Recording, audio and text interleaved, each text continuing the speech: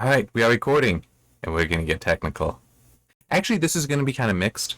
Some of it will be me getting technical on this stuff, where it's like I don't, this doesn't make sense. But other where it's like I can appreciate that there doesn't to be an attempt here, especially with this first thing that I want to talk about, an attempt for. I would consider this a hard science fiction kind of concept, but I really dislike it for technical reasons, and that is we got Kirk. Okay, he's on vacation. And he's specifically at a museum in Alexandria, Egypt, and he's just enjoying himself. And then he's like getting a tingle, and then images starting to form, and he's like, "Oh yeah, that's right. When I had my first command, Starfleet, as is their custom, implanted something in my brain called a senseiver." And it does mention that this is only the second time in his life, well, since he's received it, that Starfleet Command has sent out such a signal. Yeah.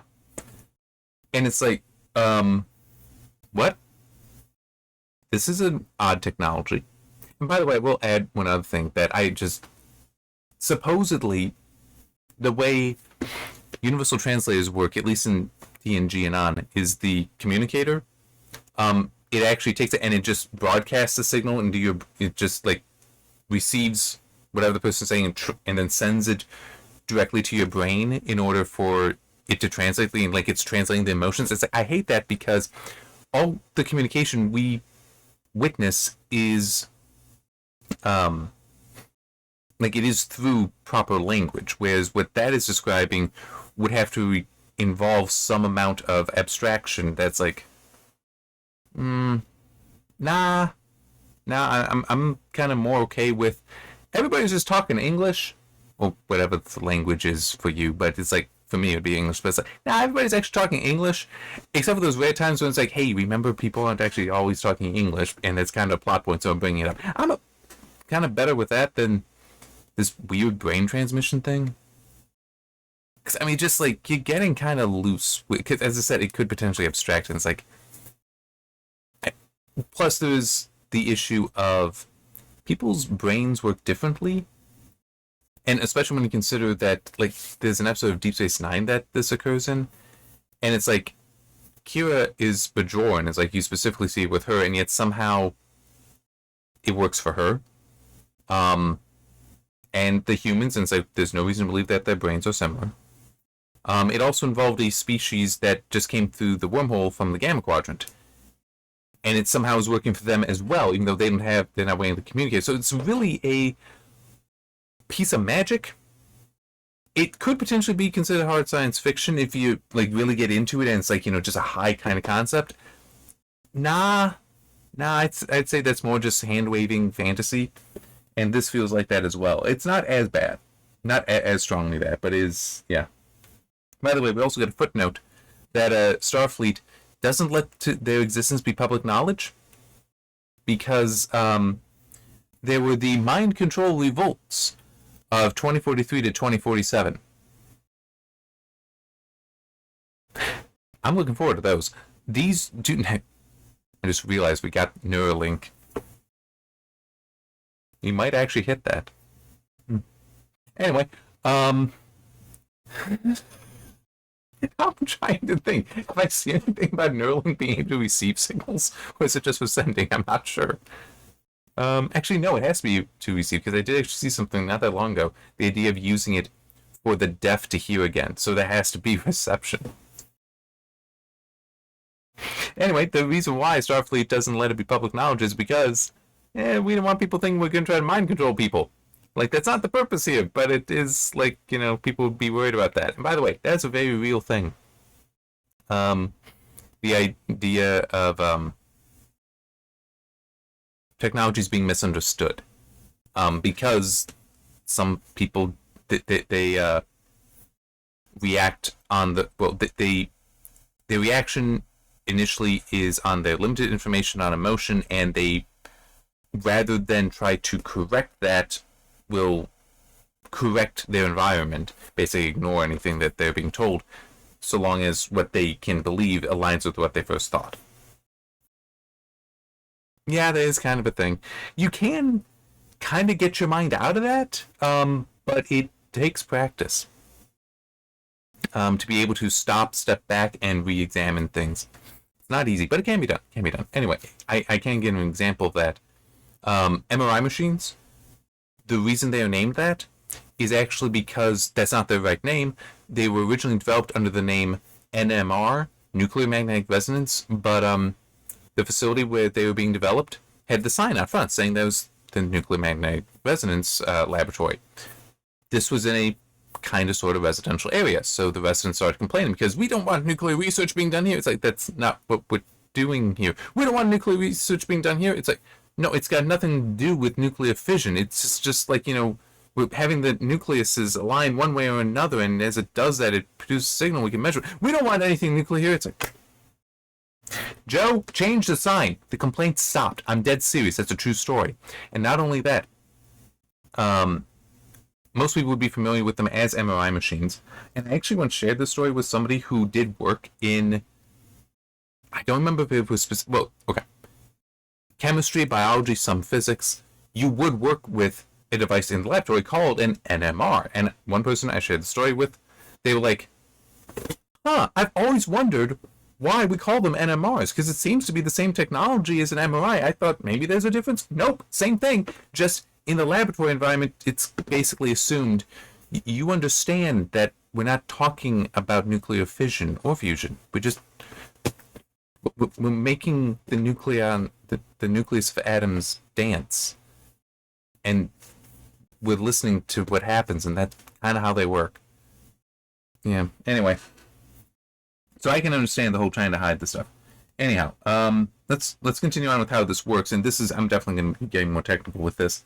At first, confusion of images, many of them vestiges of his most recent conscious thoughts of this vacation trip. The history study, the museum here, the Libyan scholar.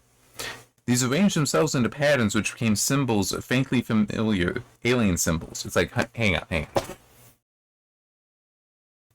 So Starfleet has the ability to send exceedingly urgent messages directly into your brain.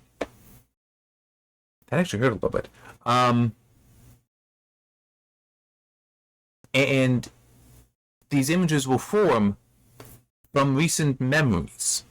Eventually, they do clear, so that you can see the stuff more clearly. But it's like, hold on.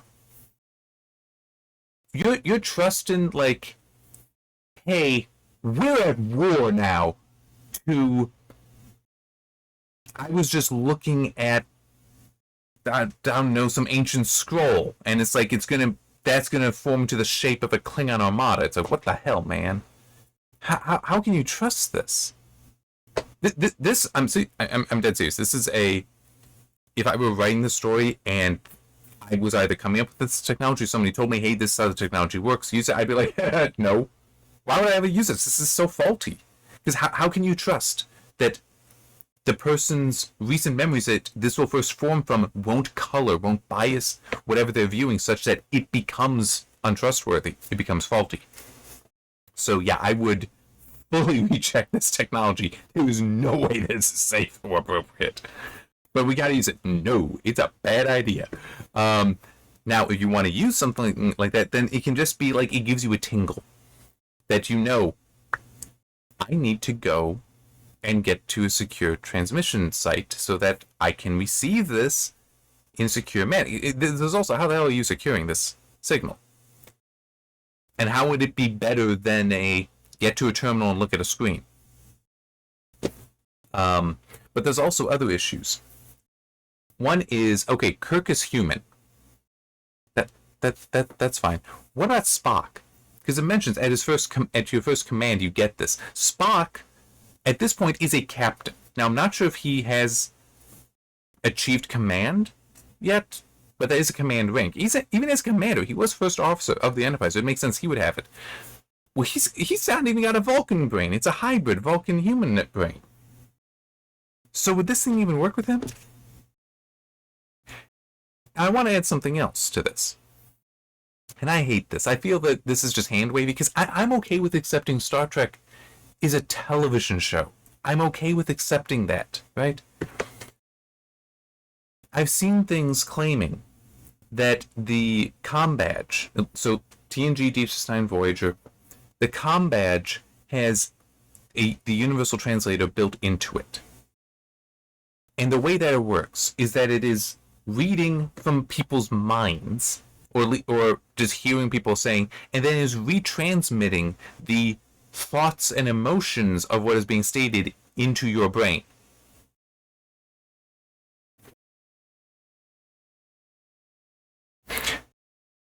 This kind of abstraction, though, again, you risk things being misunderstood. Or, actually, no, maybe it is they will be understood even better, which risks manipulation. And it's also, it risks, how do you prevent yourself from being exposed whenever you're lying? Which is actually, yeah. So there's 2 episodes now. Thought of one before, got a second now, both in Deep Space Nine that the Universal Translator is concerned there. In one, it's fairly early on, season 1 or season 2, I think, a species of refugees come through the wormhole, so from the Gamma Quadrant to Deep Space Nine. The computer has no idea how to translate, but eventually, as it continues to listen to them, it starts being able to translate specific words. Already, we got a problem because it's talking about specific words as opposed to the emotions. It's like I'm serious. I think it's on Memory Alpha that the way it describes the comm badge is that it is like sending the concepts to your mind, so an abstract thing. So specific words would not exist there. But it's going, it's like, hang on, so you have this device now that is working with Kira's brain, who is Bajoran, knows and believes it operates like a human brain. And it's working with somebody who is from the Gamma Quadrant, so their brain's almost only going to work on a completely different manner as well. But it's all going to... This is fantasy, okay? I am much more comfortable with it just being a... Now everybody speaks English except when the story calls for them to not speak English. Alright? Because it's just a television show as well. I mean, don't get me wrong, I love Star Trek. I do. I love the series, I love the films, at least prior to 2009. That's not a good movie. I mean, technically, the TNG cast movies also have their problems. Enterprise has their problems. Voyager has their problems. I still have a love for it, though. Okay, so just... But then also there's another episode of Deep Space Nine where it's one of the... Is it only 2 episodes? Where they have the other genetically modified people arrive to Deep Space Nine. Yes, there's a little bit of it. Well, no, I won't say who it was. There was somebody in the main cast that was genetically modified as a child. I won't say who. Because that is very much a spoiler. But in any case, when they are there, they're being asked to help to contribute to the war effort against the Dominion. And one thing that they end up doing is observing the negotiations that are going on with Wayun, Damar is there, I don't remember who else is, but they're talking, and at one point they actually have the translation system turned off. And the reason for this is so they can hear it in their native language. And I don't remember the name of the character, but points out that they use a specific word that's being, the universal translator is translating it this way, but it also has this meaning. If we actually look at it for this meaning, then we're seeing that there's a greater significance going on here than you were getting. Basically, they caught something lost in translation. How would you be able to deceive if the thoughts are being transmitted into your mind? And it's also, this is based on directly translating the language, not the thoughts. Now, I don't think I'm misremembering. It's possible I'm misremembering the description, but it is, again, one of those things where it's like, we don't need heavy, all things are in universe explained. Really don't. It's fine just being, hey, we got a better budget for some of the stuff, or it's a television show that's meant to be played in predominantly English-speaking areas, so everybody just talks English until it matters in the story that they don't. Nothing wrong with it.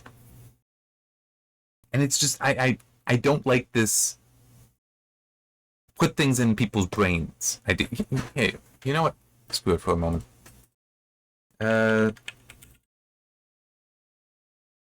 Comm badge.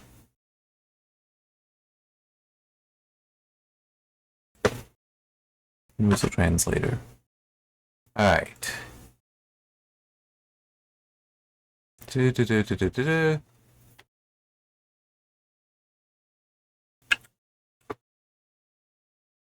it is the universal translation device. How does it do it?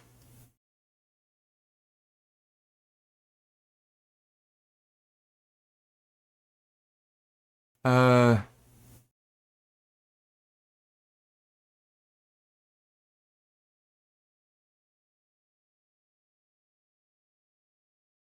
Come on.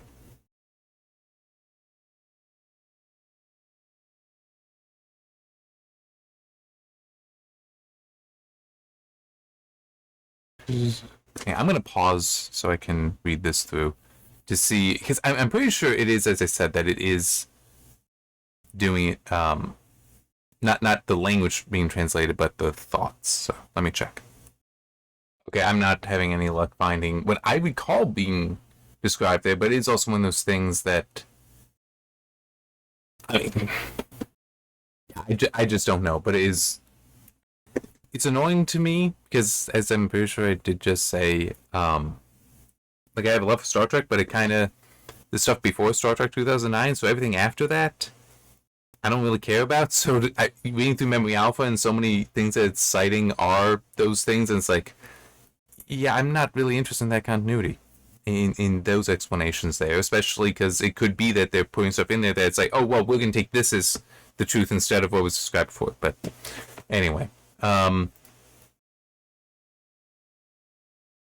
I thought that it was something about it sends it directly into the brain. Um,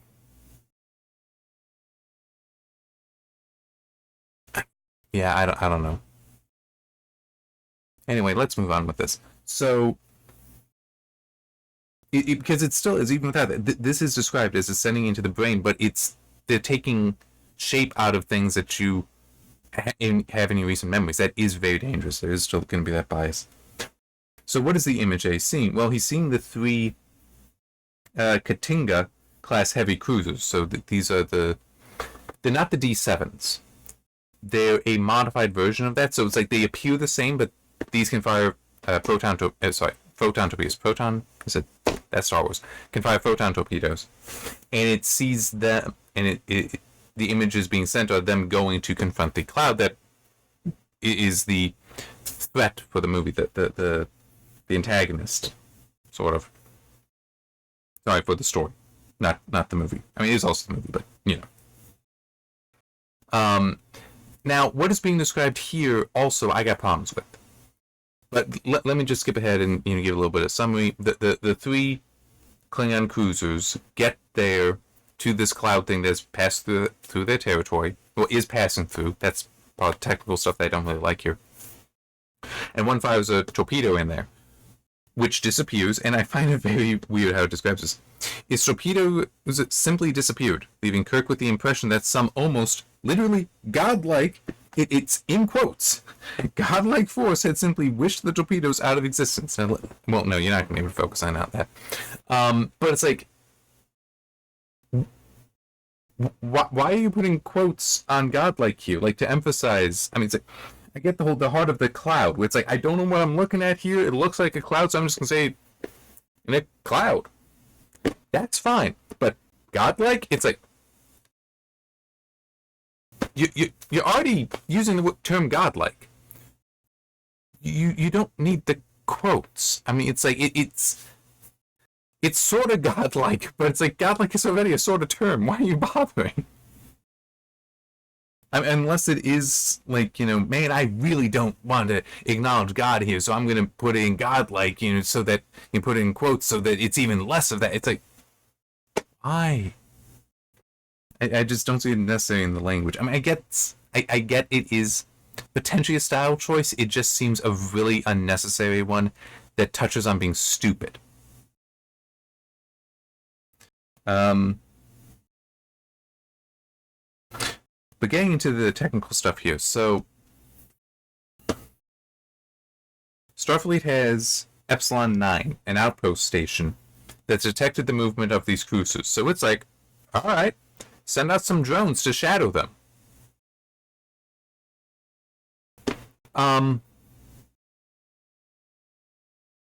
Klingons shouldn't be stupid. They should know, hey, we're being shadowed. I mean, this isn't like, a submarine that has something tracking it in its baffles, where it's like literally, because we're tracking with sonar here, and we're leaving a bunch of noise, a wake of a bunch of noise behind us. So if something's in there, it's a blind spot. That's not what this is. Okay, this is a ship that would potentially have active sensors, like a radar system, that nothing about the ship should be disrupting, and you would think it's a battleship. It wants to have as much coverage as possible around it for its sensors, and it's going to investigate an enemy. Okay, it's not necessarily going there to destroy it. It's just like, what the hell's going on here? So you'd think it would have those active. Why the hell wouldn't it pick up a Starfleet drone? Or actually multiple. I think it says multiple. Yes, got sensor drones launched in time to infiltrate the cruiser formation. And it's infiltrating the formation. It's like, how the hell do you think they're not finding these things? And what's more, it mentions the reasons why it's these three heavy cruisers is because the thing entered Klingon space. It is moving through Klingon space. And it's moving through so fast, despite it being. I'm just looking at where it says. I'm pretty sure it does state 1 billion kilometers. Yes, 1 billion kilometers in diameter. That might also be what's stated in the movie. I don't quite remember, but it's like big thing. So Klingons curious wanted to investigate. Also moving very fast. These are the only 3 Klingon ships that were in the right position to intercept it and figure out what the hell's going on.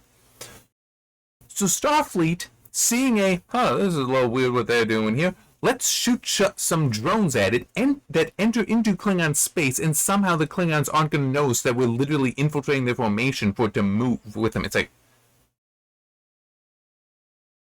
nah, I have to reject this. I cannot let the Klingons be this incompetent. Okay, it's like, no, they need to be a legitimate threat. They're not a threat at the moment. They're for this story, to my knowledge, they're going to be relevant, at least based on the movie. Once these 3 ships are destroyed, Klingons don't exist for the rest of the movie. So that's fine, but still, it's like you're making them really stupid here. Plus, when you even have the setup, mentions that there is some concern the Admiralty tacticians feared might prove faster and more powerful than Starfleet's first-line Constitution-class starships, concerning these new heavy cruisers. But Kirk is like, well, okay, yeah, I'm seeing images of them, but that's not important enough for them to activate this thing. So it's like, I also lost my train of thought a little bit here, but it's like, the Klingons should know this thing is there. These things are there. It's absurd to think that they don't. I also think it's a little odd, the idea that now we're afraid that they might be faster and more powerful than the Constitution class. It's like, I mean, true, at this point, the Constitution class is a little old. You would expect the Klingons would have something to match, but we also do know, at least based on the movie, at least the Enterprise is being refit. And the Constitution refit is far more powerful. So, yeah, it's far more capable. So it's like, I'm not actually sure how much you need to be worried about that. But it's like, why are you risking war here? And what's more, and this is, I'm saying, there's those technical things where it's like, no, you're not doing this. This is all dumb. Oh, wait, no. Duh, that's right. That's what I was saying. The Klingons should be more of a threat. They shouldn't be this incompetent. You've already set up that these ships are ones that could potentially go toe-to-toe with the Enterprise, which has not been seen before, right? In the original series, like, one episode that I watched not that long ago, with, in fact, not these, but the precursor, the D7. So this is like a modified version of the D7.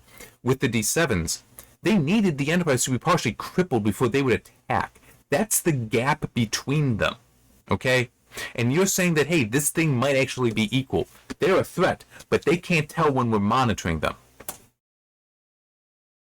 What's more? What is more here? It's stupid to do this in secret, okay? You know there's tensions there. You see the Klingons doing something weird. You're not sending drones that are that are entering Klingon space. You're not doing that. You're leaving them on your side, but you have them be active sensors, and they're just watching. They are just watching. You let the Klingons know we are watching you. We are paying attention to what you are doing. And you know what? Klingons would be doing it back and would be like, yeah, sure, whatever. It's like, we're not interested in you. We don't care that you are watching us. Whatever. We're doing that. I mean, there's nothing wrong with doing that. It is, though, kind of funny. It's like, what are the Klingons doing? Well, they're going after, yeah, what the hell is this billion-kilometer thing that just went through our space? That's not what Epsilon 9 has picked up. We picked up these tiny little ships with this massive thing. We had no idea about. I said we're getting technical.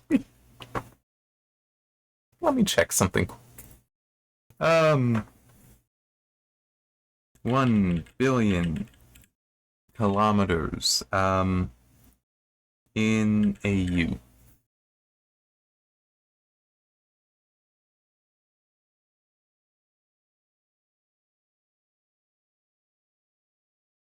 Oh. I'm sorry. Okay. What is an AU? An AU, astronomical unit, is the approximately average distance that the Earth is from the Sun. At 1 billion kilometers is 6.68, so about 6.7 times the distance from the Sun to the Earth. And you're telling me we picked up, that we had a sensor picking up three heavy cruisers, but not. I'm sorry, that's just.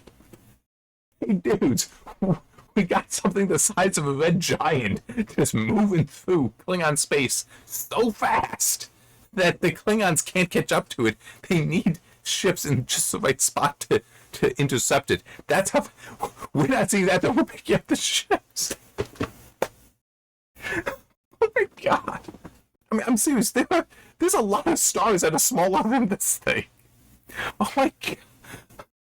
I'm sorry, I'm just also now thinking about what that translates to for the movie, with the idea of V'ger coming to Earth and getting near it. It's like, son of a bitch, this thing just coming near the solar system is going to disrupt it.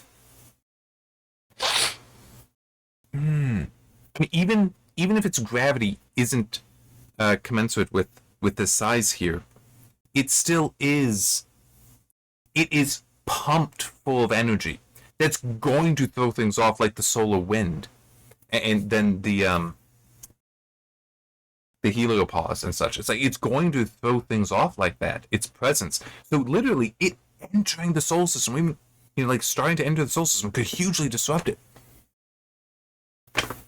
Now, to be fair, scale is one thing that I think the bulk of science fiction gets wrong. Okay, and it's I try to do better. I'm probably not succeeding, but I do try to do better in what I write. But it's just, it's hard to have any sense of scale for a lot of things. I'm saying even the Earth, it is hard to understand how massive the Earth is. Because it really is. But that's why in A Letter from Catherine I describe that, like, when there's an emergency on a planetary colony, it's typically not that big a deal, because basically if it's a problem with the weather, you go inside into bunkers where it'll be safe, because if you're starting off a planetary colony, you're going to have sturdy buildings there because you need them to run to if need be.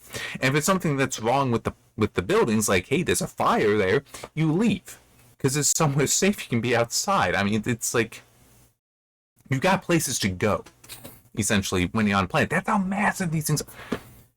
And this is like, there are stars smaller than this. The sun is smaller than it. Pretty sure. Yeah, because an AU, you wouldn't measure it from the surface of the sun. You'd measure it from the center of the sun to the center of the Earth. So it would have to be. It would be larger than the sun. I don't feel like looking up specific numbers, but it is like, no, it would have to be. So it's like, yeah, this is a billion kilometers sounds like a lot. So that's probably why they did that. Um, yeah, that would be my guess. But yeah, it's like I said, scale is something. So I have to be somewhat forgiving because scale is something that's so hard to envision. So yeah, I mean it's also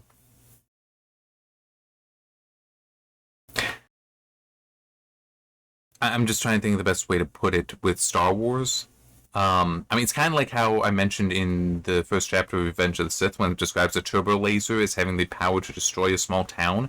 If you consider a small town to be 1 square mile, which would actually be really small, um, as I said for that, it's like you have dozens of these on ships, on like Star Destroyers. What the hell do you need a Death Star for? I mean, sure, yeah, you can. That can destroy an entire planet, which is something else I want to talk about here in terms of scale. But one Star Destroyer with a dozen turbo lasers will devastate any planet with ease. I mean, it's because you don't even need to take out everything. You just take out the main metropolitan areas, the main production centers on a planet. You've conquered it. So yeah, you don't need a Death Star really. But there's also the issue that if 1 square mile is considered okay, what destroying a small town translates to is 1 square mile. A lot of the ships that you're talking about in Star Wars are smaller than that, or on that scale, which would mean one turbo laser shot would be able to destroy a Star Destroyer. Actually, some of them are about a mile long, but they're not a mile wide. So they are like total area there is less than 1 square mile. So it's like that's a significant problem. And again, it's bad scale because you're not thinking through what this means. And yes, true. I am assuming small town, 1 square mile. That does seem reasonable to me. You can say I'm wrong. That's fine. But then it still is a, well, then what is fair? 1 square kilometer? Because it still is a, okay, 2, 3 shots, and now you've completely obliterated a Star Destroyer.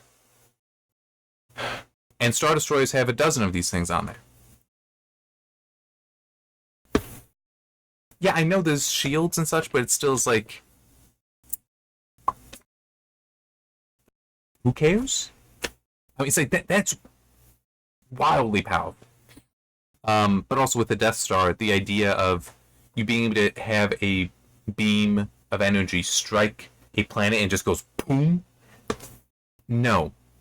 In Rogue One, where it kind of just causes an explosion that then ripples out and kills people on the surface, it's like, yeah, okay, that's a bit better. I'm not. I don't necessarily think that would be correct, but it still is. Even just a powerful enough laser that you could burn a hole partially burn a hole into the crust, reaching down to the mantle and disrupting that. That would probably trigger a significant enough volcanic event, and also because light does have momentum, so it actually does push against things. Like if you look at a solar sail, that has to do with the momentum of light. You would do a hell of a lot of damage with that anyway. That wouldn't go boom to the planet, but would definitely kill all life on it. So it's again one of those things. It's hard to imagine the scale of the planet. So you think, oh yeah, you can make a planet blow up. It's like, nah, there's a lot there. There's a lot there. And also there's the whole, like, okay, so you blow the planet up, but there's so much gravity there, it may just coalesce back together. Like, it would just go, which would kill everyone, and then right back. It would take a while, but it's, yeah. Anyhow. By the way, all that I was saying was just me thinking through it very roughly, and not me, like, having, because I'm sure people have written scientific papers about, what would actually happen there and all that, and try to simulate it, but regardless, yeah. It's going to be interesting to see how technical I continue to be with this. I mean, don't get me wrong, I love Star Trek. I do. This is my criticisms for it. They're not going to diminish my love for it, although there are still going to be things I'm just like, hey, let's name our son James after your first love instructor, honey. That's a great idea. Yeah, what the hell is that? there's at least one thing in this story that I'm gonna wish I hadn't read, but I mean, and it is also, you can criticize something and find flaws with things that you still like, that you still enjoy. And I feel like I need to say that because I think some people can misunderstand what criticism is, and that it isn't about being negative. It isn't something that you only aim at something you don't like. It can be at something you do like. And it could be that I don't end up not liking this story. That is possible. I don't know yet. But it still is, I have a love for Star Trek. It's likely not going to harm that. And it's like, my love for Star Wars is far less than it is for Star Trek, but Revenge of the Sith was so bad that it's like, I don't want to touch Revenge of the Sith again. That doesn't make me not want to watch, like, say, the original trilogy. It doesn't diminish my love for Return of the Jedi. That novel, I think, was fantastic, of the 6 that I read. It's awesome. It doesn't diminish that. It just is like that specific thing I don't really care for, and I gave reasons why. But I love Return of the Jedi, and I can give those reasons why as well. So it's, yeah. Criticism is, on its own, it is not inherently good or bad. It is about analysis. It is about understanding. And it's, as I said, a common criticism I have for a lot of science fiction is scales are wrong. Gives me an opportunity to talk about that. So, I know I'm at a kind of just rambling, blathering thing. Point of this video. I'm just trying to think, is there anything else to mention? Here, let me look up my notes, because mainly I was just going by what was written in here. So by what I highlighted in here, I mean, as opposed to what I actually wrote. Okay. Yeah, there was one last thing I noted here. So in the movie, it shows when the Klingon cruisers are hit by V'ger's weapon, because it's V'ger. I'm not going to try to avoid certain spoilers for this. Even though I think few people may be aware of the Star Trek movies and Star Wars, it still is yeah, I'm going to allow some spoilers. What it describes is a little different from what's shown in the movie. In the movie, as I recall, they get hit by a thing and they start like glowing, and I don't remember if they do like disappear in sections or if they do just blink out. But that happens, and it makes sense for something later that I won't spoil.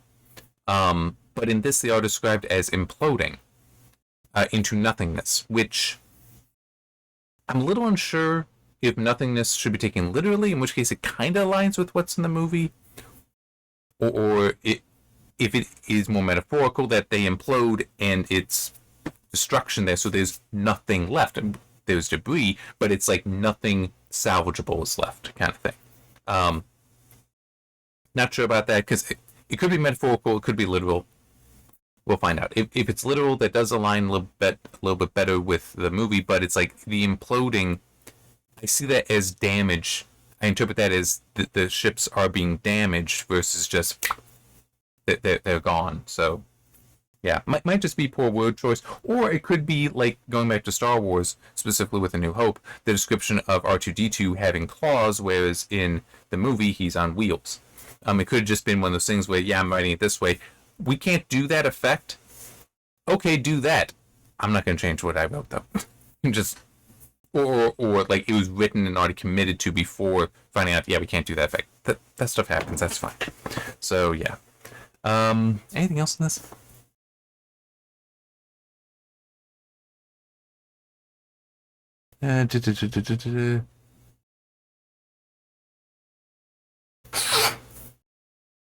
Yeah, no, because I already mentioned all these things.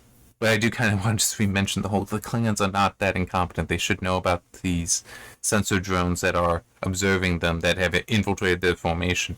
And also, as I said, Starfleet would just, on their side of the border, have something that's like going along in parallel to see what the hell they're doing. And the Klingons would be fully aware of this, and it's part of the game you play. And I could definitely believe that we did that in the Cold War, since the Klingons are supposed to be a sort of stand-in for the Soviet Union, that if they sent out a new battleship on any kind of training mission, we would have our own battleships staying near enough to be known, but not near enough to interfere, because you don't want to cause an international incident. You just want to make clear it's like, yes, we know you're there, we are watching.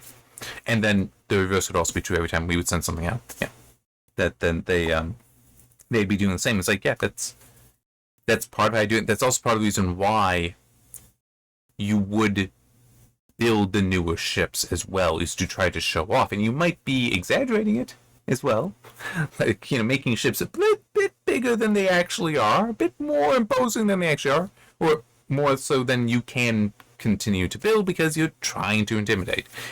Mind game stuff. But it is the thing about mind games is you need to, both sides need to be playing, and it's weird if you're like, oh no, we're not playing the game. It's like, no, some aspects of it are definitely no, we're not playing the game, but others it's like, no, we're playing the game. We all know that. Just stop lying about it. All right, that has been. I think I'm done with blathering and rambling on this. Sorry I went so long with it, but it's just I am looking forward to how the rest of this goes, and it will be interesting to see. I mean, so I'm just going back to that mind probe thing because it's. Oh yeah, I did want to mention that. I think I talked about the whole. Would this work with Spock because he has a different brain and it's not really Vulcan, not really human? But there's also, and this is something Roddenberry wouldn't have known about, because it was only figured out recently that some people don't have an inner voice. I can think to myself, and there's an actual voice associated there, and I've talked about that. One of the books is because my speech impediment invaded that voice. Not always. Which that's the weirdest thing for me. Yes, sometimes my speech, that inner voice of mine, sometimes it has my speech impediment, sometimes it doesn't. But there's also an aspect of, related to that, of not being able to visualize things. Which I'm not sure if that's essentially you don't have it. Well, I guess it would kind of relate to not having an imagination, but it's not that you don't have an imagination, it's that you literally cannot form the images in your mind. Which would mean then that this Sensiva thing would never work for you. As I said, Roddenberry would not have been aware of this, so it would be a problem that he would not have been able to know or solve, but is just today it's like, no, we couldn't possibly do that. Could not possibly do that. Yeah. How about now I shut up? I'll see you next time for chapter 2, which I'm sorry, I shouldn't. I know I need to. I just want to add this. I am glad this is how chapter 1 is going here. Because with the previous book, because it was The Password is Courage, which is nonfiction, I couldn't go off like this. I couldn't be technical like this because it was nonfiction. So I was a little concerned. Did I lose my touch? Nope. Maybe you don't want me to have that touch. That's a different question. But yeah, I'm gonna be technical. I enjoyed. I'm a technical mind, so I enjoyed. Anyway, see you in chapter 2.